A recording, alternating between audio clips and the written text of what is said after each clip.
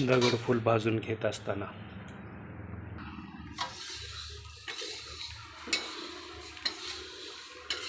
धने भाजून घेत असताना काळं तिखटची प्रक्रिया चालू झालेली आहे। एक एक पदार्थ करून भाजून घेण्यात येत आहे।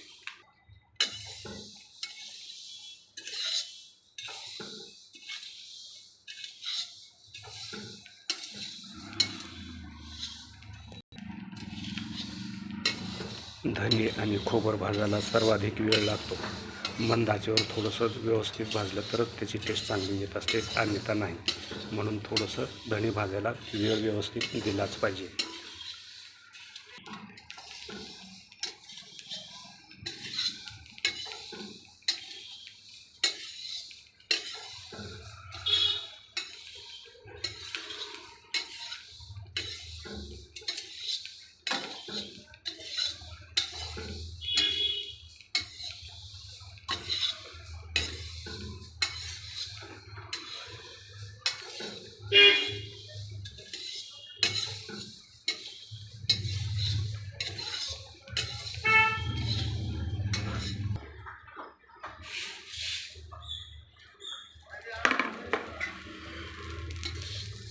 या ठिकाणी मेथी, शहाजिरे आणि ओवा यांना भाजायला कमी वेळ लागतो म्हणून तिने एकत्र आणि वेगळे करून भाजण्याची प्रक्रिया चालू केलेली आहे।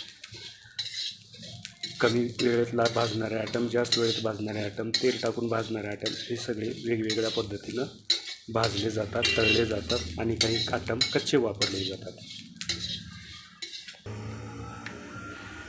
सर्वात कमी वेळ मोहरी भाजायला लागतो म्हणून मोहरी ही स्वतंत्ररित्या भाजली जाते।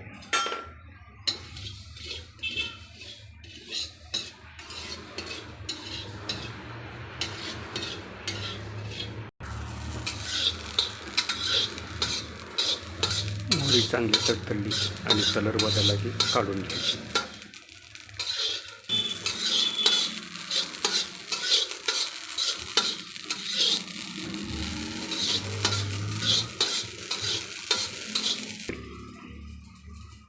जिरे भाजून घ्यायचे काम चालू केलेलं आहे।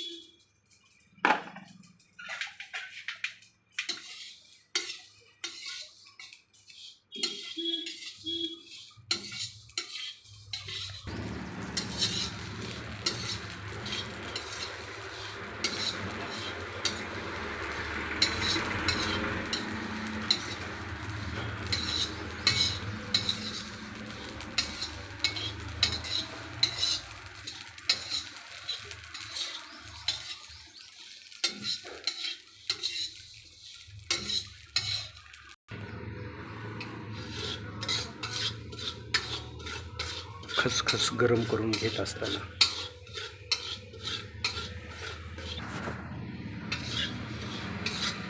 हलक्या आचेवर तीळ भाजून घेत असताना तीळ, खसखस, ओवा, शहाजिरे यासारखे आयटम लवकर करपतात, म्हणून योग्य ती काळजी घेऊनच ह्याला भाजावं लागतं।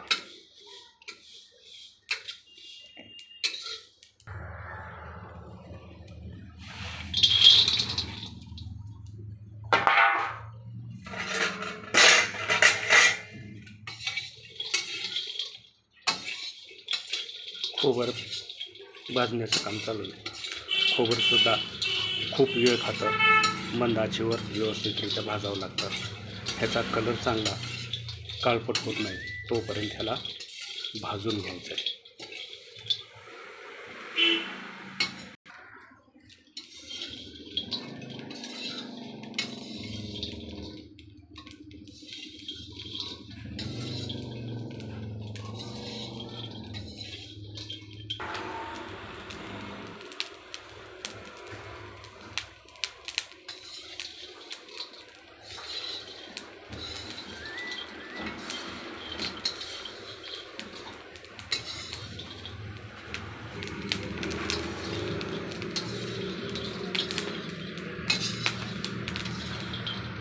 तेल सुटेपर्यंत आणि पूर्ण काळा कलर येईपर्यंत याला भाजून घेतलेला आहे।